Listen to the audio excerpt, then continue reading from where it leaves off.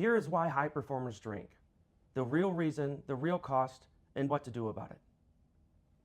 You are not the person anyone would expect to be watching this video. You have a career. You have a reputation. You have a team, a business, a track record. And from the outside, everything looks fine. And that is exactly the problem. Because the version of alcohol dependency that nobody talks about, the version that is most common among the people watching this right now, is not the dramatic one.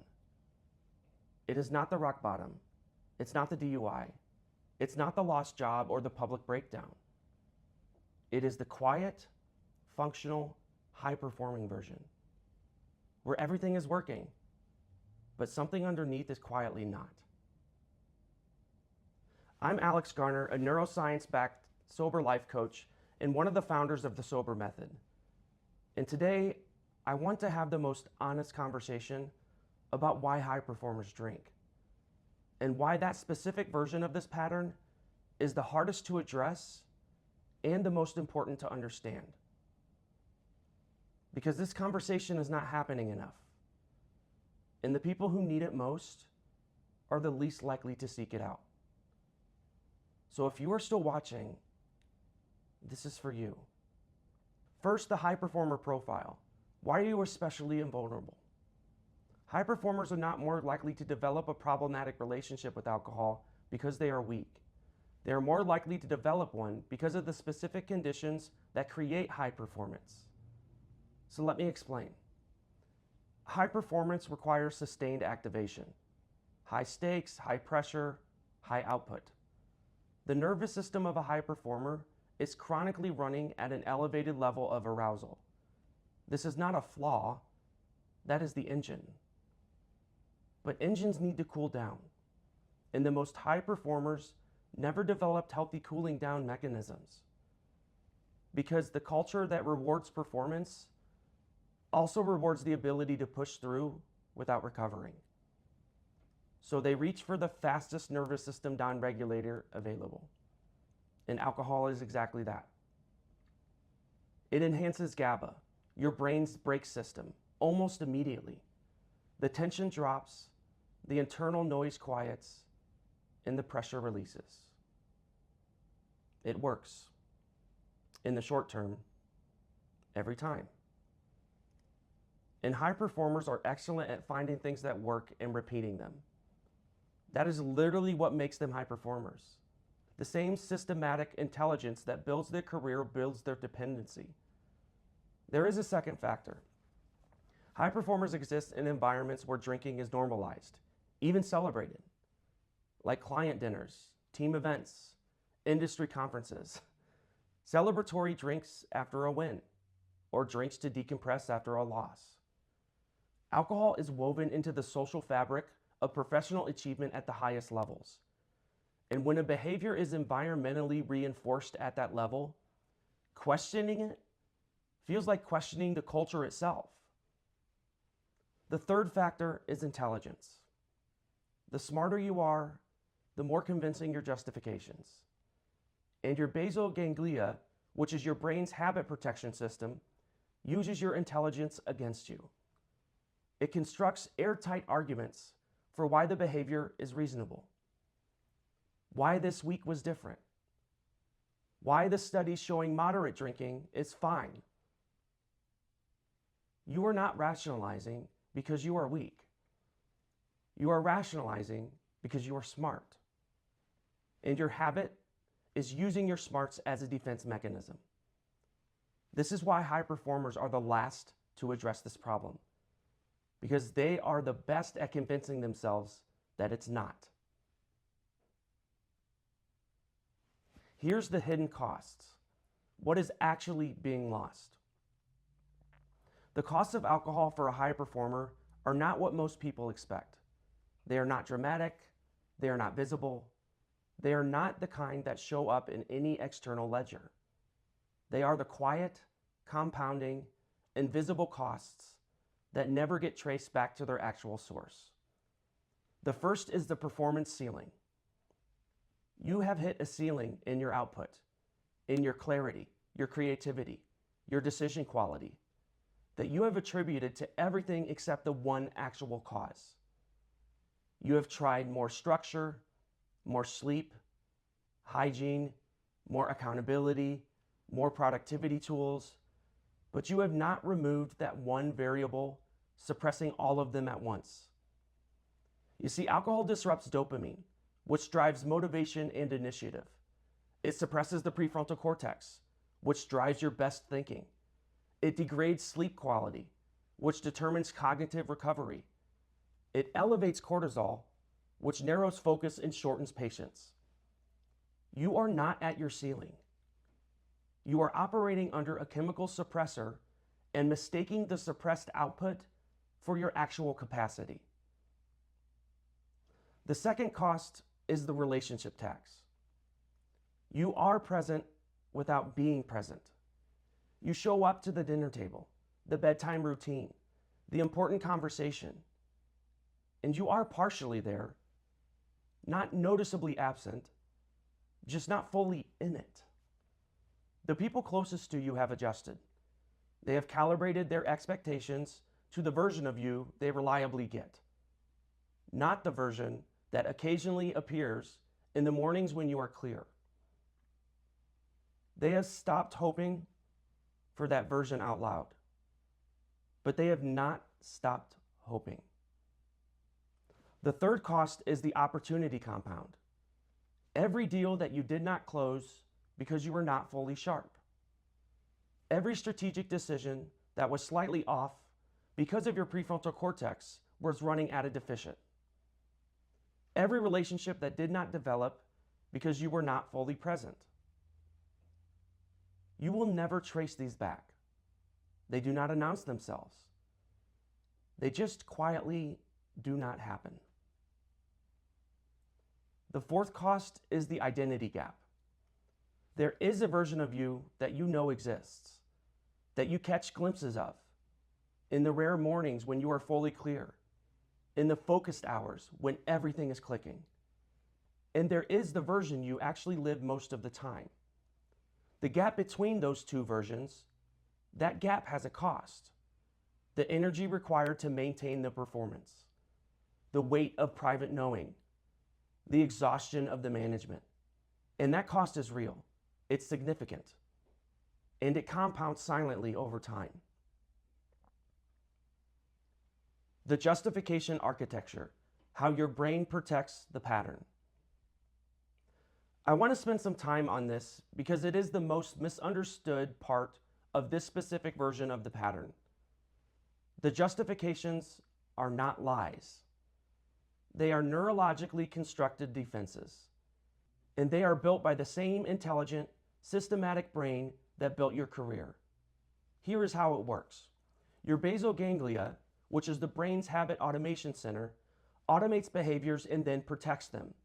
It constructs a belief system that makes the behavior feel rational, even reasonable. The more intelligent you are, the more sophisticated the construction. I drink because this industry demands it. I drink because the stress is real, and I have earned this relief. Or, I drink moderately by any clinical standard. I am still performing at a high level, so the premise of the argument does not apply to me. Or how about this one? I will address this when things slow down. Every one of those statements may contain a kernel of truth. That is what makes them effective. But they are not the whole truth. The whole truth is in the body, in the mornings, the quiet accounting that happens late at night, the gap between the version of you that drinks and the version that you know you could be. Your brain is exceptionally good at protecting you from that truth because that truth requires action, and action disrupts the pattern. This is why high performers are often the last to seek help, not because they are in denial, but because most of their denial is a sophisticated version of it. Naming this is not an accusation, it is a tool. Because once you understand that the justifications are the habit protecting itself, you can observe them from the outside. You can notice, my basal ganglia is running a defense. And that noticing is the beginning of everything. Here is why willpower is the wrong tool. High performers believe in willpower. They have built entire careers on it. And so when they decide to address their drinking, they apply the tool that has always worked. Intention, discipline, commitment, willpower. And they fail, sometimes multiple times.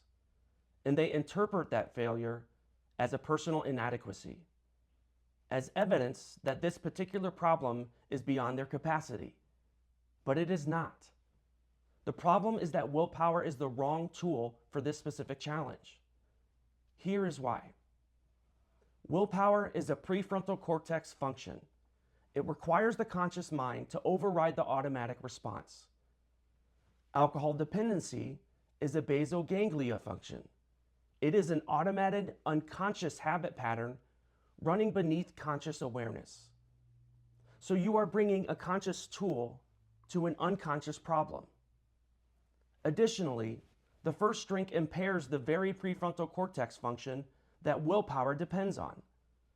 So the tool breaks precisely at the moment when you need it most. That is not a character issue, it's a tool mismatch. The research on behavior change is consistent. Willpower as a strategy for long-term habit change has low success rates across the board. Not because the people are weak, but because the mechanism does not match the problem. What actually works is structural change, systematic change, environmental redesign, identity change. These work because they operate at the same level as the habit, below conscious awareness. In the automated systems of the brain, when you change your identity, your basal ganglia works to protect that identity. The same protection mechanism that was keeping the drinking pattern in place now keeps the sober pattern in place.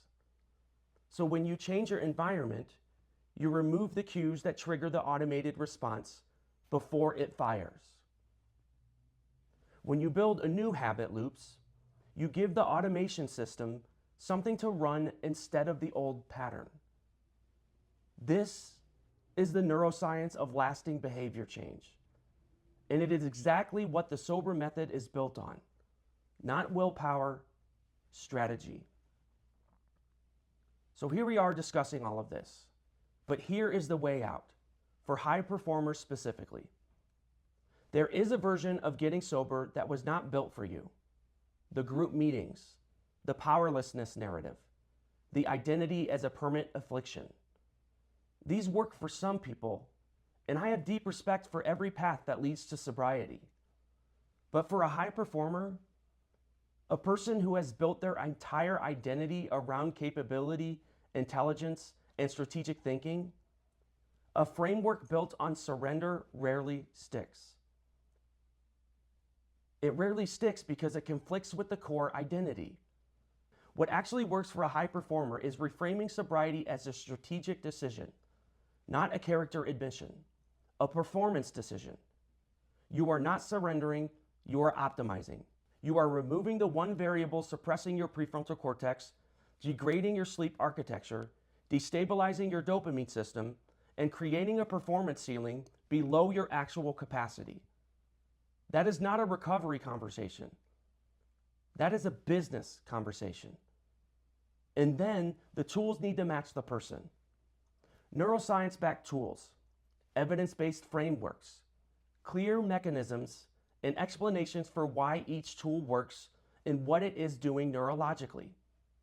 Not faith-based approaches, not tradition, not rule following without understanding. Because high performers follow processes they understand.